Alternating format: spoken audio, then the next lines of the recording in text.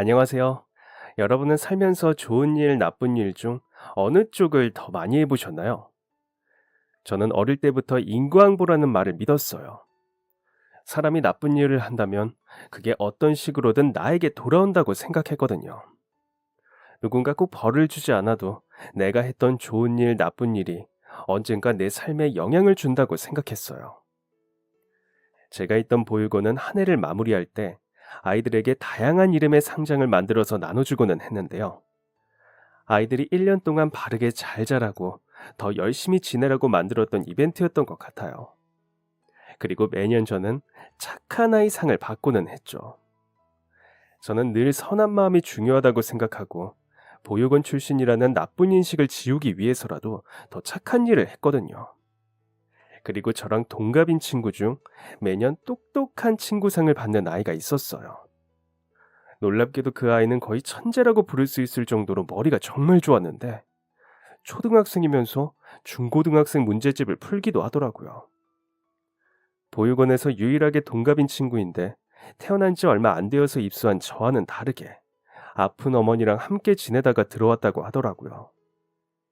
처음에는 너무 바르고 반듯해서 제 착한 아이 상을 뺏길까봐 걱정이 될 정도였어요. 공부를 잘해 제 상을 뺏기지 않아 참 다행이었죠. 상 때문에 잠깐 경쟁심을 느껴 경계하던 시기도 있었지만 유일한 동갑내기 친구라 매일 등하교도 같이 하면서 자연스럽게 절친이 되었어요. 하지만 중학교에 다닐 때쯤 워낙 수재라는 소문이 나서 한 기업에서 후원을 해주겠다면서 데리고 가버렸죠.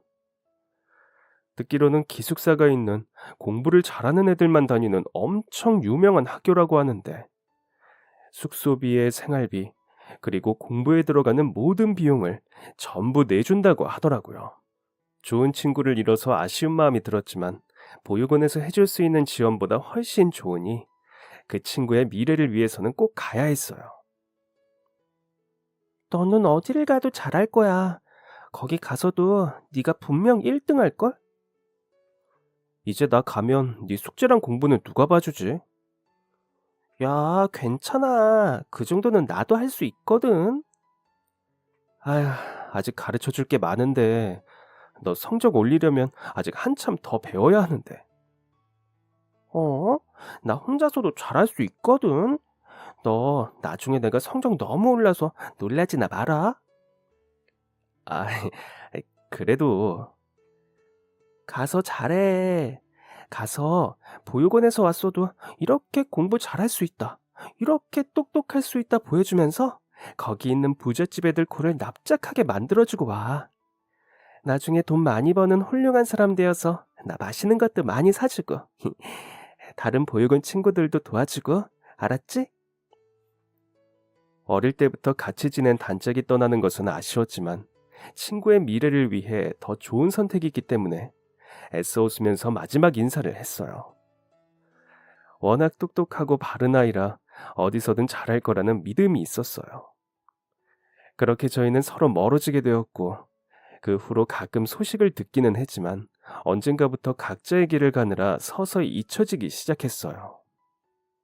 그리고 성인이 되어 저는 보육원을 떠났어요. 큰 도시일수록 일자리가 많을 거라고 생각해 다른 지역으로 떠났죠. 빨리 일을 구해야겠다 싶어서 알아봤는데 시내 꽤 큰 식당에 직원을 구한다고 쓰여 있었어요.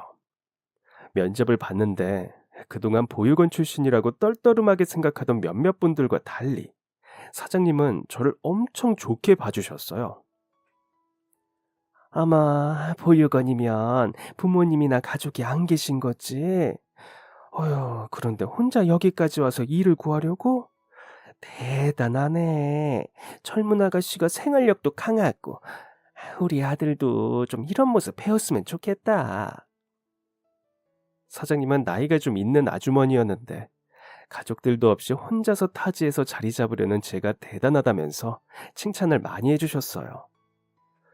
그리고 원래는 식당에서 일을 해본 경험이 많은 사람을 뽑으려고 했는데 열심히 하겠다는 제 의지를 높이 사서 바로 고용하겠다고 하셨죠. 식당은 2층짜리로 규모도 꽤 있고 아주 작은 가게일 때부터 그 자리에서 운영해 와서 단골 손님이 엄청 많더라고요. 가끔 오시는 분들이 예전에는 테이블 두세 개만 있는 아주 작은 가게였는데 이렇게 커졌다면서 그때부터 자신이 여기 단골이라고 자랑스레 이야기하는 것을 들을 수 있었어요. 그리고 사장님 역시 작았던 식당을 이렇게 크게 성장시킨 스스로를 굉장히 자랑스럽게 생각하셨어요. 내가 애 아버지 병으로 죽고 나서 그 보험금으로 겨우 차렸던 게 이 식당이었거든. 그전에는 남편이 가져다 주는 월급으로 집안일만 하던 사람이었으니 식당 일이 쉬울 리가 없었지. 애는 맨날 칭얼거리고 울지. 나는 밥벌이 하려면 어떻게든 식당이 잘 돼야 하지. 아휴, 지금 다시 하라고 하면 못하겠다 싶어. 다 젊어서 했지. 애보랴, 식당 일 하랴, 나이 들어 결혼하고 애 낳느라 여기저기 아픈 곳은 또 왜 그렇게 많은지. 아휴, 그래도 내 자식 굶기지 말아야겠다. 이 악물고 아등바등 살았더니 지금 이렇게 됐네. 나는 너 보고 있으면 그때가 생각나. 너처럼 이렇게 예쁘지는 않았지만 착하고 성실하고 손님들한테 싹싹한 거 보면 딱 그 시절 나 같아서 괜히 더 챙겨주고 싶고 마음이 가고 그러네. 저를 너무나 예뻐해주는 마음씨 좋은 사장님 덕분에 더 열심히 식당에서 일을 했어요. 집 가서도 밥 굶지 말라고 하면서 쉬는 날 전에는 항상 반찬이랑 먹을 것도 싸주고는 하셨죠. 특히 새해 끓여주시던 떡국이 너무 좋았는데요. 그 따뜻한 국물, 노랗게 올라간 계단 지단에서 사장님의 정성과 사랑을 듬뿍 느낄 수 있었거든요. 누군가가 저를 이렇게까지 아껴주는 것은 처음이라 저도 사장님에게 정이 많이 갔어요. 매년 함께 떡국을 먹을 때마다 제 가족처럼 모시고 싶다는 생각이 들고는 했죠. 사장님 아들은 타지에서 지내고 있었어요. 공부를 잘해서 유명 대학에 갔다고 하고 그쪽에서 취업해서 일을 한다고 하더라고요. 때때로 사장님이 반찬을 싸들고 아들을 만나러 갔지만 그분은 식당에 몇 년 동안 한 번도 얼굴을 비춘 적이 없었어요. 아들이 바빠서 그렇다고 애써 마음을 다독이는 사장님이 안타까워 제가 딸처럼 살갑게 대하고는 했죠. 외로운 마음 때문인지 하나뿐인 자식이 멀리 타지에 나가서인지 그런 저를 사장님은 더욱 예뻐해 주셨어요. 그렇게 일한 지도 어느새 7년. 어느 날 가게로 출근했더니 처음 보는 남자가 앉아 있더라고요. 안녕하세요. 식사하러 오셨어요? 몇 분이세요? 아, 그쪽이구나. 안녕하세요. 저 여기 사장님 아들이에요. 엄마가 맨날 젊은 여직원 하나가 엄청 성실하고 참하다고 이야기했었는데 그쪽이었군요. 가게에서 일한 지 몇 년 만에 처음으로 보는 사장님 아들이었죠. 마치 주방에서 나온 사장님은 서로 인사를 했냐면서 환한 얼굴로 웃고 있었어요. 아들이 온 게 저렇게 좋으실까 싶을 정도로 얼굴에 웃음이 떠나지 않으시더라고요. 아들은 다니던 회사를 그만두고 자기 친구와 함께 작은 사업을 하기로 했다고 해요. 사업을 시작하려는데 비용이 부족하다면서 코빼기도 비추지 않던 식당을 찾은 거였더라고요. 제가 들었을 때는 꽤 괘씸한 사람이었지만 사장님은 그래도 하나뿐인 아들이 식당을 찾은 게 마냥 기쁜 것 같았어요. 고향 친구와 사업을 시작하기로 했다면서 사장님 집으로 들어왔다고 하더라고요. 몇 년 동안 그렇게 기뻐하시는 모습은 처음 봤어요. 항상 가게에 계시던 분이 아들 식사 챙겨주신다고 집에서 같이 저녁 드신다고 저한테 맡겨두고 일찍 들어가기도 하시는데 솔직히 조금 부럽기도 했어요. 저런 어머니가 있다면 얼마나 좋을지 저 아들은 정말 복받았다 싶었죠. 그런데 사업한다고 내려온 이후로 아들은 종종 식당을 찾았어요. 몇 년 동안 한 번도 얼굴 비춘 적이 없던 사람이 일주일에 두세 번 이상 들리기 시작하더라고요. 식사하러 왔다고 올 때도 있고 어머니 보러 왔다고 찾아올 때도 있었어요. 그냥 이제 가까이서 지내니까 그런가 보다. 그전에는 정말 먼 곳에서 공부하고 일하느라 바빠서 오지 않았었나 보다 생각했죠. 그런데 알고 보니 그 사람 전혀 다른 꿍꿍이가 있던 거더라고요. 오며 가며 얼굴을 마주한 지도 어느새 1년 가까이 되었던 때 드디어 본심을 꺼냈어요. 저기 괜찮으시면 일 끝나고 제가 집에 모셔다 드릴까요? 네? 하루 종일 일하시느라 다리도 아프고 오늘 엄마가 반찬 준 거 있어서 손도 무거우실 텐데 제가 차로 모셔다 드릴게요. 아유, 그래. 오늘 단체 손님도 있어서 고생했는데 집에 갈 때는 차 타고 편하게 가. 우리 아들 운전 잘해. 아니, 그래도 저 혼자 가도 괜찮은데요. 아휴, 버스 타고 가려면 힘들잖아. 기사님 준비되어 있는데 뭐하러 힘들게 가. 편하게 차 타고 가. 데려다 준다는 아들의 이야기에 사장님도 그렇게 하라며 적극적으로 밀어붙여서 어쩔 수 없이 둘이 차를 타고 가게 되었어요. 차에 단둘만 타고 있으니 평소 수다쟁이인 저도 굉장히 어색하더라고요. 이 뭔가 말을 해야 하나 싶어서 눈치를 보고 있었어요. 아, 긴장하지 않으셔도 돼요. 그냥 저희 가게에서 오래 일한 분이고 어머니가 워낙 예뻐하는 직원이라 잘해드리려고 하는 거니까요. 편하게 있으라면 먼저 정적을 깨준 덕분에 저희는 이런저런 이야기를 나누기 시작했어요. 어떻게 일을 시작하게 되었는지, 그동안 힘들었던 점들은 없었는지도 물어보시고, 저도 어떤 공부를 했었는지, 회사는 어땠고 사업은 잘 되어가는지를 물어보면서 대화를 주고받았어요. 그리고 그 후에도 종종 그분은 저를 집에 데려다 주었어요. 사장님은 저희가 가까워지는 모습을 은근히 반기시는 눈치더라고요. 가끔 제 눈치를 보면서 우리 아들은 이라며 장점을 이야기하고는 했어요. 우리 아들이 생활력 있는 편은 아니라서 하며느리는 그런 사람이 들어오면 아유, 참 좋을 텐데 말이야. 은근히 이런 말을 하기도 했어요. 평소 저에게 생활력 강하다고 칭찬하셔서 그런 사람이 누구인지 아무리 눈치가 없는 저도 한 번에 알겠더라고요. 그 후에도 종종 식사 자리를 만들거나 일부러 아들과 어디 가서 뭐 좀 사다 달라며 기회를 만들고는 했어요. 그 아들은 언제부터였는지 모르겠지만 저를 꽤 마음에 두고 있는 눈치였죠.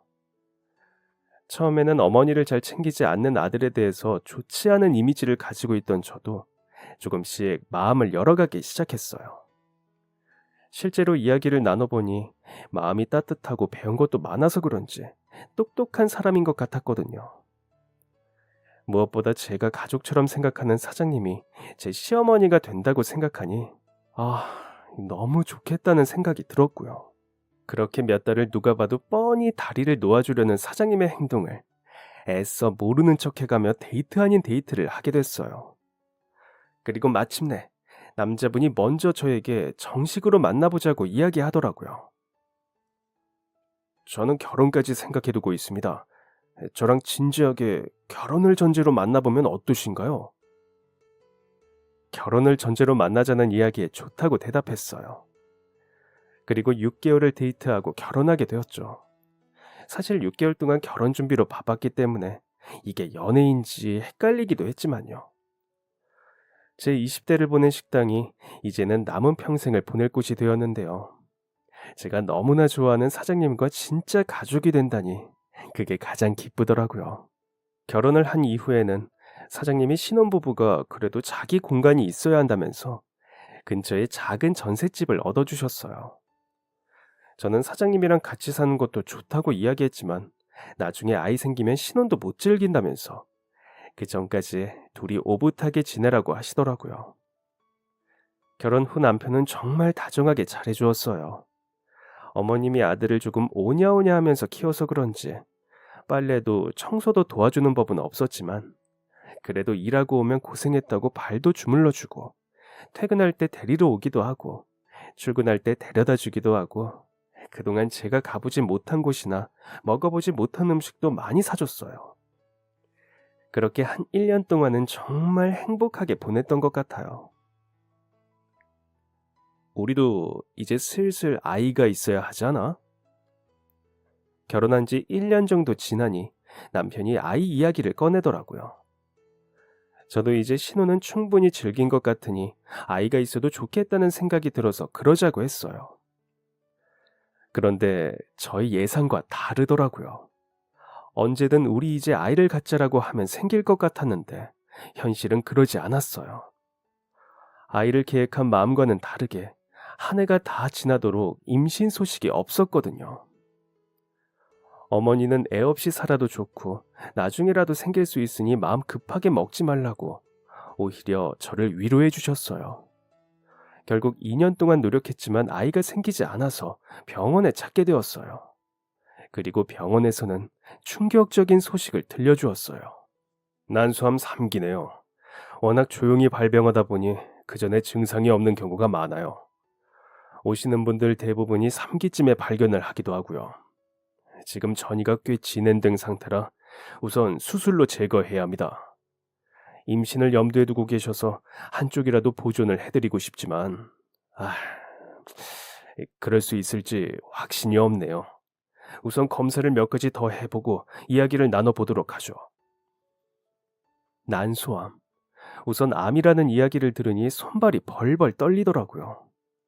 나이도 젊고 꽤 건강한 편이라 감기 한번 제대로 걸린 적이 없었는데 암에 걸리다니 믿을 수가 없었어요. 너무 충격이 커서 그 자리에서 쓰러질 뻔한 것을 남편이 부축해서 겨우 버틸 수 있었죠. 검사를 해보니 유전적 이유인 것 같다고 하더라고요. 임신을 꿈에 두고 있어 한쪽 난소라도 살려보려고 했지만 이미 전이가 된 상황이라 그럴 수 없더라고요. 양쪽 난소를 모두 제거하면 앞으로 임신은 어렵다는 이야기에 하늘이 무너져 내리는 것 같았어요. 아이를 꼭 갖겠다는 꿈이 있던 게 아니었는데도 도저히 감당하기 어려운 소식이었죠. 그리고 그 이야기를 들은 남편이 어떤 생각을 하고 있었는지 모르겠어요. 정말 임신할 수 없냐고 몇 번을 물어보는 것을 보면 도저히 믿고 싶지 않았던 것 같아요. 수술 후에도 감염의 우려 때문에 남편과 부부 관계를 자제해야 했어요. 저도 항암 치료를 받으면서 컨디션이 영 좋지 않다 보니 관계에 대한 마음이 없기도 했고요. 그런데 그게 하루, 이틀, 한 달, 두 달이 넘어가게 되었어요. 더 이상 임신을 할 수 없다는 생각, 그리고 젊은 나이에 폐경을 겪으면서 저는 뭔가 여자로서의 가치를 잃어버린 것 같은 느낌을 받기도 했어요. 그러다 보니 남편과의 관계는 더욱 소원해졌고요. 하지만 스킨십 이상으로 저희에게는 부부로서 함께 쌓은 정이 있다고 믿었어요. 큰 수술을 이겨내면서 저희 사이의 유대관계도 더욱 돈독해졌다고요. 그래서 스킨십은 줄었지만 우리 사이는 더 깊어졌다고 믿었는데 그건 오직 제 착각이었어요. 수술을 받고 나서 4개월쯤 되었을 때부터 남편은 눈에 띄게 귀가가 늦어지고 외출이 잦아졌어요. 저희는 수술 받으면서 돈도 필요하고 옆에서 돌봐줄 사람이 있는 것도 좋겠다 싶어 어머니 집으로 들어가게 되었는데요. 어머니에게 여쭤봐도 한동안 식당에 얼굴도 비추지 않았다는데 대체 어디서 뭘 하고 다니는지 알 수가 없더라고요. 전화해도 안 받을 때가 많고 외출 시간이 길어지니 언젠가부터는 외박도 하기 시작했어요. 요즘 무슨 일이냐고 물어도 그냥 회사 사정이 어려워서 일이 많다는 이야기만 돌아왔어요. 실제로 회사 사정이 어렵기도 했어요. 생활용품들을 중국에 수입해와서 판매하는 일을 했었는데 국제관계에 문제가 생기면서 시장이 막혀버렸거든요. 그래서 다른 경로를 찾아봤지만 쉽지 않았어요. 판매할 상품이 없으니 매출은 자연스럽게 줄어들 수밖에 없었고 그래도 직원들 월급은 줘야 하니 어머니에게 돈을 빌렸다고 하더라고요. 괜히 회사 문제로 아픈 저한테 짐을 지게 하고 싶지 않아서 그렇다고 생각했는데 어느 날 밤 남편에게 전화했더니 웬 여자가 받더라고요. 누구세요? 아, 저요? 제가 누구냐면, 누구라고 하지? 저, 오빠, 아니, 사장님 회사 직원이에요. 네? 사장님 지금 잠깐 미팅 중이시니까 연락하셨다고 전해드릴게요. 저를 비웃는 듯한 웃음소리에 오빠라는 단어가 귀에 꽂혔어요. 젊은 여자의 놀리는 듯한 말투가 제 신경을 곤두서게 했죠. 직원이라고 하는데 그 말을 믿기가 어려웠어요. 그리고 그날 밤 외박을 한 남편을 찾아 다음날 사무실로 향했죠. 갔더니 남편은 자리에 없더라고요. 결국 다시 집으로 와서 남편을 기다렸고, 그날 저녁이 되어서야 들어온 남편에게 전날 있었던 통화 내용을 따지기 시작했어요. 그냥 회사 직원이야. 애가 어려서 가끔 그렇게 생각 없이 오빠, 오빠 해. 그게 말이 돼? 회사 직원이 사장한테 오빠라고 한다고? 너도 우리 엄마가 네 사장인데 엄마, 엄마 했잖아. 그게 그거랑 같아? 오리발을 내미는 남편과 크게 다투고 찝찝한 기분을 느꼈지만 다른 증거가 없어 어쩔 수 없이 넘어갔어요. 하지만 그 이후로 남편은 고삐가 풀린 건지 더욱 대놓고 외박하더라고요. 그리고 어느 날 검진을 위해서 병원에 갔다가 나오는 길, 동네의 한 모텔에서 남편의 차가 나오는 것을 봤어요. 보자마자 전화를 걸었는데 받지 않더라고요. 바로 뒤에 있던 택시를 잡아타고 앞에 차를 쫓아가 달라고 했어요. 그리고 한참을 달리니 외곽의 한 레스토랑 앞에 내리더라고요. 다른 여자와 함께 말이죠. 남편은 차에서 내리더니 조수석에 문을 열어주고, 그 여자는 까르르 웃으면서 남편의 어깨에 기대서는 팔짱을 끼고 들어갔어요. 저도 택시에서 내려서 그 뒤를 쫓아갔죠. 두 사람은 창가에 앉더니 서로 머리카락을 쓸어넘기고 볼에 뽀뽀하면서 시시덕거리더군요. 그 장면을 가게 앞에서 보는데 눈이 휙 뒤집히는 것 같았어요. 살면서 그렇게 화가 났던 적은 처음인 것 같아요. 앞뒤 생각할 틈도 없이 레스토랑 안으로 바로 쳐들어갔어요. 두 사람의 테이블 앞에 제가 멈춰서자 주문을 받으러 온 직원인 줄 알았는지 웃으며 메뉴판을 펼치던 남편은 제 얼굴을 보고는 입을 떡 벌리면서 경악했죠. 당신 여기서 뭐 하는 거야? 당신이야말로 여기서 뭐 하는 거야 지금? 이 여자 맞지? 지난번에 전화 받았던. 남편은 아무 말도 하지 않았어요. 그 사모님? 여자는 저를 보더니 그렇게 부르더군요. 마치 제가 누구인지 다 알고 있다는 말투였어요. 그리고 그 모습에 더 화가 치밀더라고요. 그런데 뭘 어떻게 해야 할지 모르겠는 거예요. 텔레비전에서 보던 것처럼 뭘 던지고 물이라도 부어야 하는 건지, 남편 뺨을 때리고 여자 머리채라도 잡아야 하는지, 머릿속에서는 수없이 많은 생각들이 지나가는데 몸은 움직일 수 없었어요. 그 자리에 못이라도 박힌 듯 멈춰서서 아무것도 할 수 없었죠. 보는 눈도 있으니까 괜히 사람들 앞에서 창피하게 굴지 말자 우리. 당황하던 모습도 잠시, 남편은 갑자기 차가운 태도를 보이면서 여자에게 택시 타고 가라고 돈을 주고는 저를 데리고 차로 갔어요. 그리고 집으로 돌아왔죠. 집에 가는 길 내내 차 안에서 적막함이 흐르는데 아무 말도 할 수 없었어요. 분명 화라도 내야 하는데 어디서부터 뭐라고 이야기할지도 모르겠더라고요. 그렇게 멍한 상태로 집에 도착하고 남편에게 대체 어떻게 된 거냐고 소리쳤어요. 다 당신 때문이야. 당신 결혼하고 나서 애도 못 낳고 이제는 관계도 못 하잖아. 내가 말했지. 나는 애가 갖고 싶다고. 그런데 넌 뭐야? 네가 아내로서 하는 게 뭐냐고. 뭐? 어떻게 그렇게 말할 수가 있어? 내가 일부러 아이를 안 갖는 것도 아니고 지금 부인이 암에 걸려서 수술 받았는데 그런 핑계가 나오니? 핑계?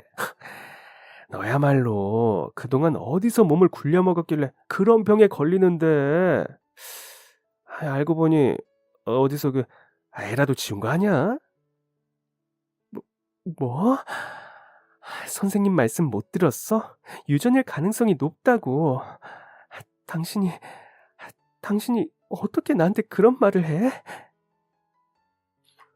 남편은 자신이 바람 피운 게 저 때문이라고 하더군요. 제가 아이를 낳지 못해서요. 자기는 아이를 갖고 싶은데 제가 불임이라 어쩔 수 없이 다른 여자를 만난 거라고요. 서로 네가 잘났니 못났니 하면서 소리를 치고 싸우다가 결국 이혼 이야기가 나왔어요. 남편은 욕을 하면서 물건을 집어 던지고 처음 보는 그의 모습에 저도 더 이상 같이 살기는 어렵겠다 싶었죠. 그리고 난리를 치면서 싸우고 있던 찰나 어머니가 들어오셨어요. 시끄러운 소리에 방문을 열어보셨는데 엉망이 된 저희 몰골과 방의 상태를 보고 그대로 굳어버리셨죠. 너, 너희들 이게 다 뭐냐? 결국 저희는 어머니에게 사실을 이야기했어요. 남편의 황당한 변명에 어머니도 기가 찬 눈치더라고요. 팔은 안으로 굽는다는 말이 있지만 어머니는 그러지 않으셨어요. 남편의 이야기를 듣더니 등짝을 마구 때리면서 어쩌자고 그런 짓을 해. 어쩌자고. 그렇게 울면서 소리치셨거든요. 남편은 한 번만 봐달라거나 다시는 그러지 않겠다는 이야기도 없었어요. 저는 남편의 바람으로 인해서 이혼하는 것이니 상간녀와 함께 소송을 하겠다고 말하고 그날로 짐을 싸서 집을 나가버렸어요. 혹시나 남편이 잘못했다고 사과하며 연락하지는 않을지 며칠을 기다렸어요. 그런데 전화는 물론 문자 한 번 없더라고요. 답답한 마음에 어머니를 찾아갔더니 집에도 벌써 일주일째 들어오지 않았다고 해요. 그냥 이혼해라. 너 아직 젊다. 이혼하고 네 인생 살아. 아휴, 내 아들이지만 나도 편을 못 들겠다. 그런 놈 버리고 네 인생 찾아서 살아. 어머니는 제 손을 잡으면서 말했어요. 며칠 후 어머니가 남편이 서류를 두고 갔다고 해서 찾으러 갔더니 안에는 협의 이혼을 하자는 내용 증명이 들어있더라고요. 남편의 당당한 태도에 기가 차서 내용을 살펴보니 어쨌든 혼인관계에서 아이를 갖지 못하는 제 탓이 결혼을 유지할 수 없는 가장 큰 이유라고 적혀 있었어요. 자신이 바람을 피운 것도 집안의 대를 잇기 위해서 어쩔 수 없었다고, 유전적으로 결함이 있으면서 일부러 숨긴 고의성도 의심된다고 했어요. 내용 증명을 읽어보니 저를 완전 거짓말쟁이 사기꾼으로 몰고 가더라고요. 너무 기가 찼어요. 저는 받아들일 수 없어서 법적으로 조언을 받기 위해 변호사를 찾았어요. 인터넷으로 찾아보니 이혼 관련해서 꽤 유명한 변호사가 있다고 하길래 찾아갔죠. 어서 오세요. 안내를 받아서 한 사무실 안으로 들어가니 젊은 변호사가 앉아 있었어요. 그런데 이상하게 얼굴이 낯이 익더라고요. 이전에 내가 일했던 식당에 온 적이 있는 사람인가 하는 생각에 갸우뚱하면서 상담을 시작했어요. 변호사님은 제 이야기도 듣고 이혼 서류와 내용 증명을 꼼꼼하게 살펴보더니 도와주겠다고 했어요. 혼인 중에 남편분이 바람을 피운 것이 맞으니 이는 분명 있을 수 없는 일입니다. 이유가 뭐라고 하더라도 납득할 수 없는 부분이에요. 게다가 병을 진단받은 것은 결혼하고 나서의 일이니 아내분이 일부러 속였다고 볼 수도 없습니다. 보니까 집도 어머니 명이고 남편은 사업도 마이너스라 이 분할할 공동재산은 없는 것 같은데 위자료라도 받도록 하죠. 감사합니다, 변호사님. 그런데 혹시 저희 어디서 만난 적 있지 않나요? 못 알아보는 줄 알았는데 그래도 제가 어딘가 익숙한가 보네요. 네? 저 누구인지 모르겠어요. 이상하다. 쉽게 잊어버릴 얼굴은 아닌데. 그 순간 변호사님의 웃는 얼굴과 이름을 보며 옛날 기억이 하나둘 떠올랐어요. 혹시 어릴 때 보육원에서... 맞아. 이제 기억났어? 너무하다. 난 너 얼굴이랑 이름 보고 바로 기억했는데. 와, 이게 대체 몇 년 만이야. 아니, 중학생 때 보고 못 봤는데 나를 바로 알아봤어? 그럼 우리 중학생 때까지는 서로 베프였잖아. 어떻게 잊어버리냐? 야, 그거야 네가 어릴 때나 지금이나 머리가 좋아서 그렇지. 와, 그렇게 똑똑하더니 변호사가 됐구나. 그치? 내가 어릴 때부터 좀 특출나기는 했어. 알고 보니 어린 시절 보육원에서 유일한 동갑내기였던 친구였어요. 너무 똑똑해서 기업에서 후원받아 좋은 학교로 전학을 가느라 헤어졌던 바로 그 친구 말이죠. 어릴 때도 그렇게 공부를 잘하더니 변호사가 됐더라고요. 어쩐지 얼굴이 낯이 익다는 생각이 들었는데 보육원 친구를 이렇게 만나다니 인연이란 게 참 신기하구나 싶었어요. 다음 상담이 예약되어 있어 아쉽게 자리에서 일어났지만 자기가 위자료 단단히 챙겨주겠다고 사건을 맡아주었어요. 그리고 친구 특별 할인이라면서 수임료도 저렴하게 받겠다고 하더라고요. 남편의 억지는 결국 받아들여지지 않았고 저는 무사히 위자료를 받으며 이혼할 수 있었어요. 다만 남편이 돈이 없어 3천만 원의 위자료를 주기 어렵다며 배째라는 식으로 나왔어요. 그랬더니 어머니께서 저를 부르시더라고요. 이거 가져가라. 이게 뭐예요, 어머니? 위자료 3천만 원이다. 내가 아들 잘못 키워서 생긴 일인데 수습해야 하지 않겠니? 법원에서 출하는 위자료를 어떻게 돈 없다고 모른 척하냐? 저 녀석은 나중에 다시 일 잘 풀리면 내가 받아낼 테니까 너는 이거 가지고 집을 얻든지 아니면 가게 차리는 데 보태라. 너 일하는 거 보면 식당에도 잘할 거야. 내가 아휴, 내가 미안하다. 자식 잘못 키워서 이런 일 당하게 해서 내가 미안하다, 미안해. 아가야, 정말 미안해. 아니에요, 어머니. 그동안 어머니랑 함께 일해서 어머니 며느리라서 얼마나 행복했는데요. 저한테는 가게 사장님이나 시어머니가 아니라 엄마 같은 분이었어요. 어머니, 그동안 잘 돌봐주고 챙겨주셔서 너무 감사했어요. 저는 어머니에게 돈을 받아들고 엉엉 울었어요. 어머니 역시 마지막으로 제 손을 잡으면서 엉엉 우셨죠. 다 자기 탓이라고, 본인이 자식 잘못 키워 제가 고생했다고, 미안하다고 하시면서요. 그렇게 제 인생의 한 챕터가 마무리되었어요. 20살, 아무것도 모르던 시절 무작정 일했던 식당에서 어머니 같은 분도 만나고 끝은 좋지 않았지만 결혼 생활도 했죠. 그리고 이제 제 새로운 인생이 기다리고 있었어요. 저는 결혼 전 모아두었던 돈과 위자료를 가지고 식당을 알아봤어요. 돈이 많지는 않아 작은 가게였지만 그래도 제 손으로 처음 하는 사업이라 신나더라고요. 만약의 상황을 대비해서 변호사 친구에게 연락해 계약서도 같이 검토했어요.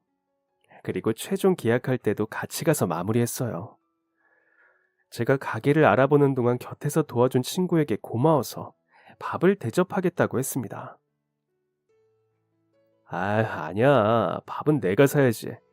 나 성공하면 너 밥 사주겠다고 했었잖아. 뭐야, 그걸 기억해? 저희는 밥을 먹으면서 그동안 밀렸던 지난 이야기들을 나눴어요. 보육원을 떠난 후 기업 후원으로 장학금을 받으며 대학에 갔다고 하더라고요. 그때부터 지금까지 계속 공부만 하느라 결혼할 시간도 없었다고 해요. 그동안 연애는 했지만 할 일이 너무 많아 늘 바쁜 자신을 견디지 못하고 다 떠나버렸다고 하더라고요. 오랜만에 만난 친구와 밀린 이야기들을 하면서 맛있는 밥을 먹고 헤어졌어요. 또 보자는 이야기를 하기는 했지만 생각보다 빨리 연락이 왔어요. 그 후로도 저희는 자주 연락하고 만나며 둘 다 나이가 있어서 사귀자는 낯간지러운 말은 하지 않았지만 조금씩 서로의 관계가 발전하는 것을 느낄 수 있었죠. 식당은 규모가 크지 않았지만 사람이 꽤 다니는 길목이라 손님이 꾸준히 있었어요. 백반집이라서 회전율도 좋았고요. 덕분에 장사는 점점 자리를 잡아갔어요. 그리고 시간이 지나면서 그 친구와의 사이도 점점 자리를 잡아갔죠. 이혼 소송을 도와주느라 제가 아이를 갖지 못한다는 사실을 다 알면서 다가와 주는 게 고맙기도 했어요. 불임에 이혼까지 제 흠을 이미 모두 보여주고 시작해서 그런가 뭔가 마음이 편하더라고요. 이런 사실을 다 알고도 나를 좋아해 주는구나 싶어서 더 호감이 가기도 했고요. 보육원 출신인 것부터 해서 많은 상처를 함께 공유하고 있기도 했어요. 이혼 후 2년이 지나서 저는 새로운 결혼 생활을 하기로 했어요. 이미 이 친구에 대한 마음은 있었지만 그래도 확신을 가지는데 꽤 오랜 시간이 걸렸어요. 그동안 식당 일 때문에 꽤 바쁘기도 했고요. 변호사라면 더 좋은 사람들이 줄을 섰을 텐데. 나한테는 네가 제일 좋은 사람이야. 나 어릴 때부터 너만큼 좋은 사람을 본 적이 없는데. 집안을 빼고는 외모, 학벌, 직업 뭐 하나 빠지지 않는 친구가 이혼한 식당 아줌마 결혼해도 괜찮을까 걱정이 되기도 했어요. 그래서 우스갯소리로 이야기하면 친구는 늘 자기가 지금까지 만나본 어떤 사람들보다 제가 가장 훌륭하다고 답을 해주고는 했죠. 결혼 후에도 저희는 사이가 참 좋았어요. 어떻게 두 사람은 그렇게 알콩달콩 지내냐고 주변에서 부러워할 정도였죠. 서로 한눈에 반해서 뜨거운 사랑은 아니었지만 늘 곁에 있어주고 믿어주는 돈독한 사이였어요. 그리고 어느새 결혼한 지도 3년이 되었어요. 일주일에 2번은 도시락을 싸서 남편과 함께 먹는데요. 그날도 도시락을 챙겨서 남편의 사무실로 갔어요. 그리고 같이 맛있게 도시락을 먹고 있는데 누군가 갑자기 문을 두드리더라고요. 변호사님, 식사하시는데 죄송해요. 그런데 어떤 어르신이 문 앞에서 울고 계셔서 다들 식사하러 나가셔서 그런데 혹시 잠깐이라도 시간 내주실 수 있을까요? 그럼요. 마침 저도 거의 다 먹었으니 제 방으로 안내해 주세요. 여보, 미안해. 잠깐만 봐드릴 테니까 같이 커피 마시러 가게 조금만 기다려줘. 점심시간인데도 찾아오신 거 보면 급한 일이신 것 같은데 내 걱정은 하지 말고 편하게 일 봐. 점심시간이라 다들 자리에 없는데 어르신이 로펌 앞에서 울고 계셨다고 하더라고요. 식사하러 나가던 여직원이 그 모습을 차마 모른 척 할 수가 없었나 봐요. 저랑 남편도 마음이 약한 편이라 그런 이야기를 듣고 점심 끝나고 오시라고 말할 수가 없더라고요. 그리고 도시락을 정리해서 나가려는데 사무실로 어르신이 들어오셨어요. 어머니. 문 앞에서 울고 계시다는 분은 전 시어머니였어요. 제가 오랫동안 일했던 식당의 사장님이었던 그분 말이죠. 아유, 변호사님, 제발 저 좀 도와주세요. 아가. 어머니는 울면서 사무실로 들어오다가 제 얼굴을 보더니 화들짝 놀라셨어요. 서로를 보며 놀라는 저희를 보고 남편은 어리둥절한 표정만 지었죠. 일단 앉으시죠. 너무 놀라 그 자리에서 굳어버린 저희에게 남편이 말했어요. 저는 서둘러 나가 마음을 진정시키면서 차를 타서 다시 자리로 돌아왔어요. 네가 어떻게 여기에? 제 남편이에요, 어머니. 아유, 안 그래도 재혼했다는 소식은 건너 들었다. 식당도 잘 된다고 해서 내가 얼마나 다행이라고 생각했는지 몰라. 그동안 소식 전하지 못하고 살아 죄송해요.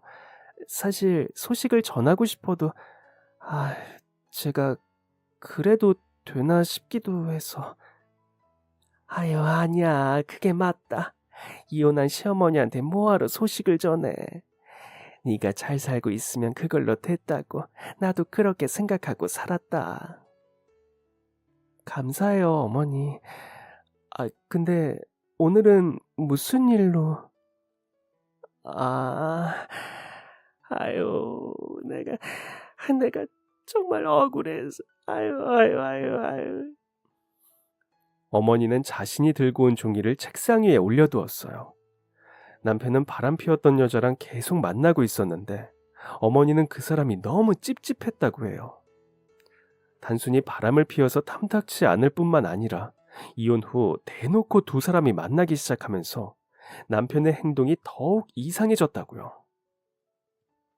생전 그런데 관심도 없던 애가 갑자기 방 가구 위치를 막 바꾸길래 왜 그러냐고 했더니 풍수지리가 운세가 어쩌고 하더구나. 지 아버지 제사 지내는 것도 미신이라고 하던 녀석이 갑자기 그러니까 영 이상했지. 그러더니 어느 날은 신발에서 부적이 나오지를 않나 사업에 필요하다고 자꾸 돈도 빌려가고 결국 가게랑 집담보를 대출까지 받아서 줬는데 알고 보니까 일 때문에 그런 게 아니었어. 손님 하나가 우리 아들을 무슨 점집에서 봤다고 하길래 물어봤더니 지금까지 돈을 거기다 갖다 바치고 있었지 뭐냐. 아유, 내가 진짜 속상해서 이제까지 부적이니 구신이 하면서 돈을 갖다 주던 거였어. 알고 보니 그 점집도 바람난 그 여자가 소개해준 데라고 하더구나. 그래서 크게 화를 냈더니 그날로 침을 싸서 나가버렸어. 그렇게 돈 빌려달라고 할 때 말곤 소식도 없더니 몇 달 전에 자기 이제 그런 생활 다 청산했다고 그 여자랑 마음 잡고 재혼해서 살 거라면서 다시 집으로 들어오겠다고 하더구나. 돈이 하나도 없어서 따로 집 구해서 살 형편이 안 된다고 하면서 말이다. 둘이 혼인신고도 했다고 하면서 찾아왔는데 아휴, 잘못했다고 무릎 꿇고 비는 아들 녀석을 차마 내칠 수가 없더구나. 그래서 어쩔 수 없이 집으로 들였는데 뭔가 이상한 거야. 지난달부터 자꾸 집안 물건들이 위치가 좀 바뀌는 것 같기도 하고 내 방도 나갈 때랑 다른 것 같아서 혹시나 이 녀석이 또 어디 부적 같은 거 붙이고 다니나 싶어서 뒤져봤는데 그런 것도 없더구나.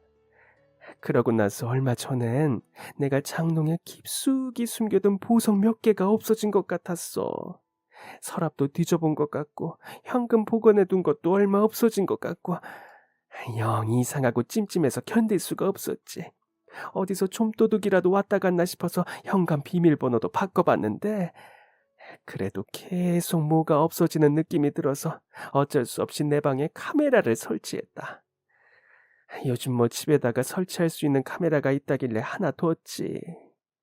그런데 그 여자, 아니 새 며느리가 그거를 가지고 날 고소했지 뭐냐. 자기 사생활을 침해했다면서 집안에 카메라를 달았다고 날 고소를 했어. 아유, 내가 고소장을 보고 하늘이 무너지는 것 같았어.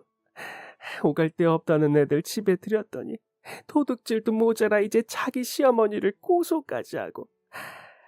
답답한 마음에 근처에 유명한 변호사 사무실이 있다길래 이렇게 오게 됐단다.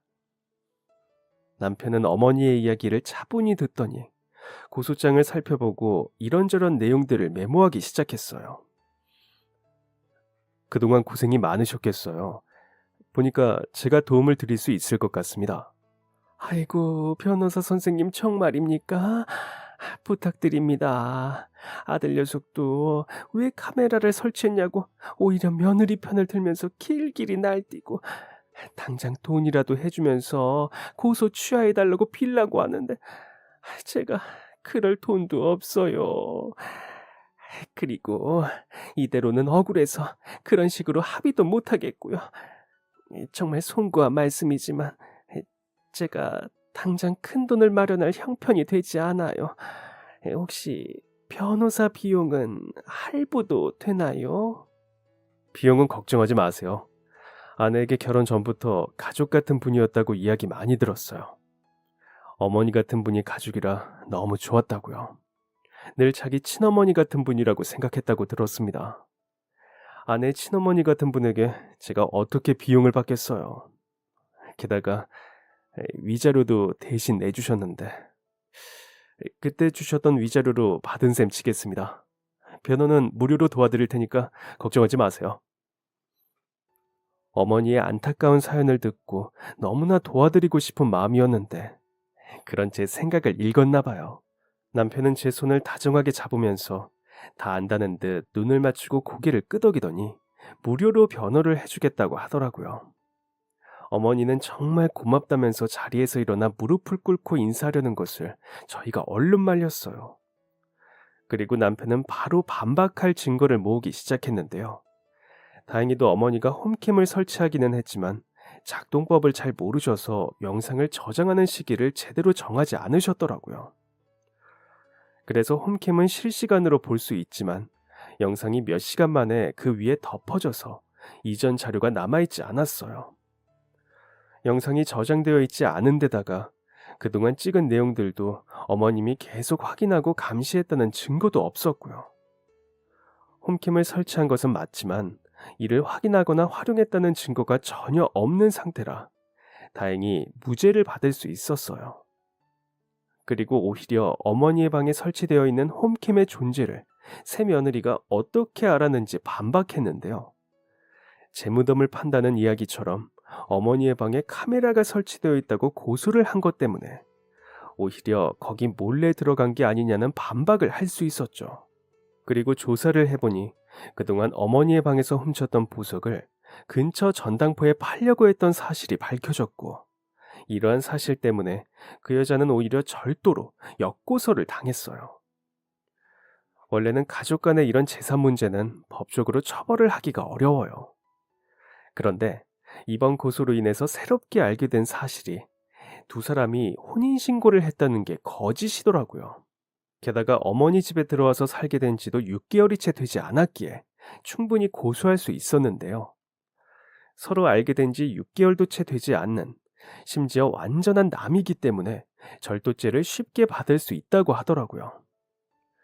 그리고 왜 물품을 훔쳤는지, 어디에 돈을 쓰려고 했는지를 추궁했더니 점집에 전부 가져다 줬더라고요. 그 생활을 다 청산했다는 것은 애초부터 거짓말이었고 오히려 그 무당이 어머니와 같이 살아야 사고 무탈하고 일도 잘 된다고 이야기해서 집으로 들어온 거였어요.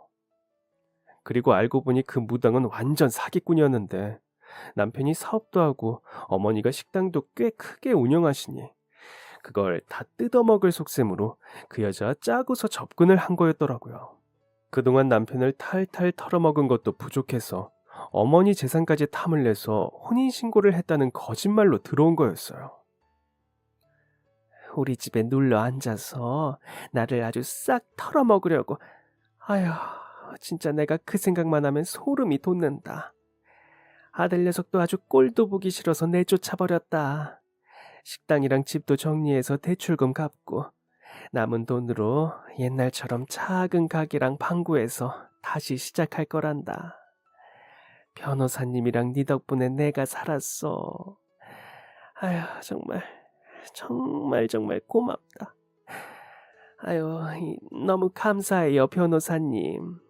그리고 한 가지 부탁이 더 있는데. 어머니는 가게랑 집을 정리하고 남은 재산을 아들이 한 푼도 가져가지 못하게 하고 싶다고 했어요. 그래서 변호사의 공증을 받아 유언장을 작성하고 남은 돈을 기부하고 싶다고 도와달라고 하셨는데요. 저희는 꾸준히 어릴 때 자랐던 보육원에 기부하고 있어서 그곳을 소개해드렸죠. 앞으로 너처럼 좋은 일만 하면서 착하게 마음먹고 살 거다. 어머니는 기부한 것뿐만 아니라 보육원 옆에 작은 식당을 열어서 아이들과 선생님들에게 무료로 식사를 제공하기로 하셨는데요. 아들이자 제 전남편과는 완전히 연락을 끊고 살고 계시더라고요. 나중에 전해 듣기로는 남편도 그동안 법인카드를 사적으로 몰래 쓰던 것을 누군가 문제 삼아 횡령으로 고소했다고 하는데요. 이런 게 바로 제가 믿었던 인과응보가 아닌가 싶어요. 그리고 좋은 일을 시작한 저희 어머니가 앞으로는 아들 때문에 속상할 일 없이 복받을 일만 가득했으면 좋겠네요. 지금까지 사연 들어주셔서 감사합니다. 사연이 재미있으셨다면 구독과 좋아요 부탁드려요. 감사합니다. 안녕히 계세요.